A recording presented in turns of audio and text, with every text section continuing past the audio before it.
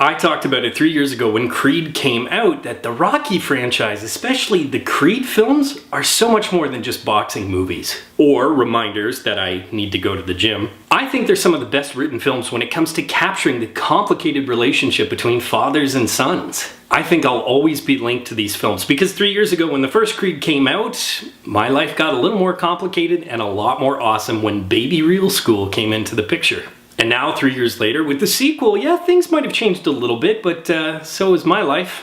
Say, Real School's my college fund. Where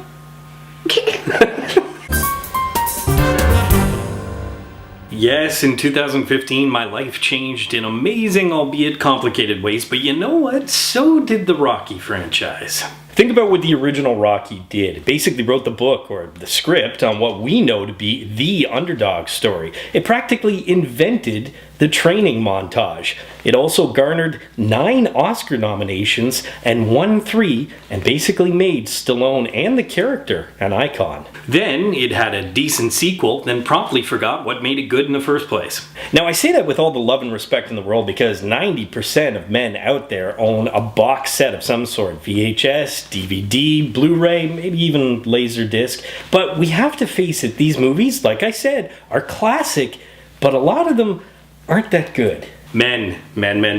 Let's admit it, a lot of the movies we love aren't good films. So why is it that the original Rocky and possibly Rocky Balboa are the only films within the franchise that actually garner any artistic merit? Now you would think it would go without saying, but we're going to say it here. Things like writing, heart, and acting are actually aspects in cinema that a lot of the Rocky films struggle with. But not Creed. Now you may call it a spin-off, a sequel, whatever you want, but it's its own franchise. And I actually praise both Creed films for knowing exactly what made the Rocky films, at least the good ones, successful. And not only utilizing those cinematic aspects, but taking them to the next level.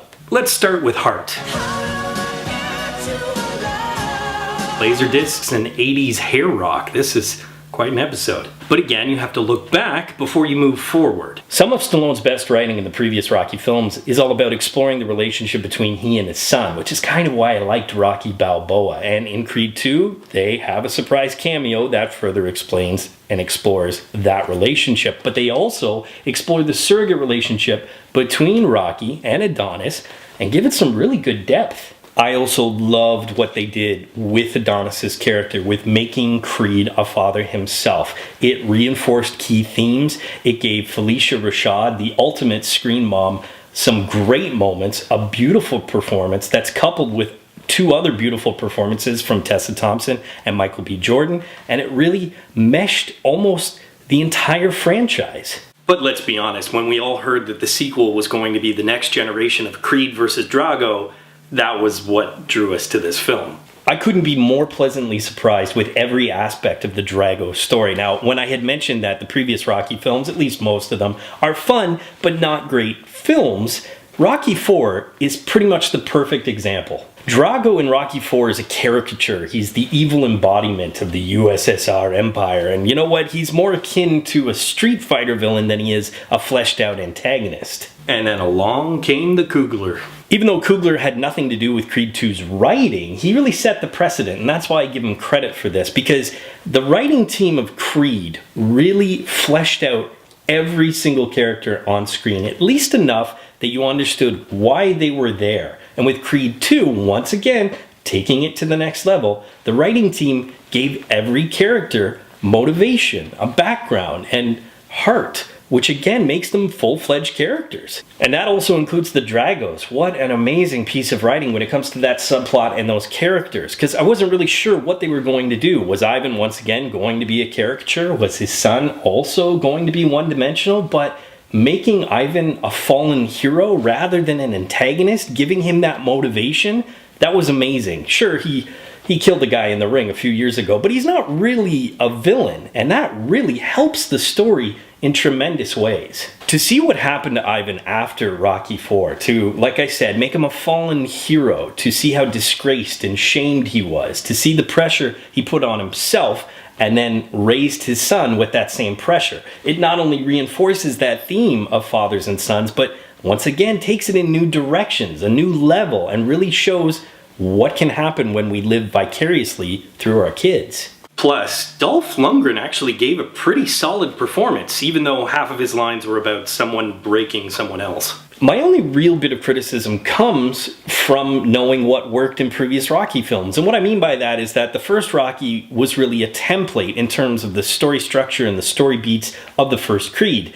And when you watch Creed 2, if you've watched any of the other Rocky films, you can really guess what's going to happen. The structure is very obvious, including another kick-ass training montage, which makes me second guess some life choices. Creed 2 may not have the same style as Coogler's original film, but you know what? It is a fantastic film. It's a great addition to the franchise. It's still one of the best ones within the entire Rocky anthology, but it also happens to be maybe the perfect place to end it off. Stallone, both in reality and cinematically, passed the torch, but I can't really see where the story would go after this because it pretty much concludes everything that needs to be concluded.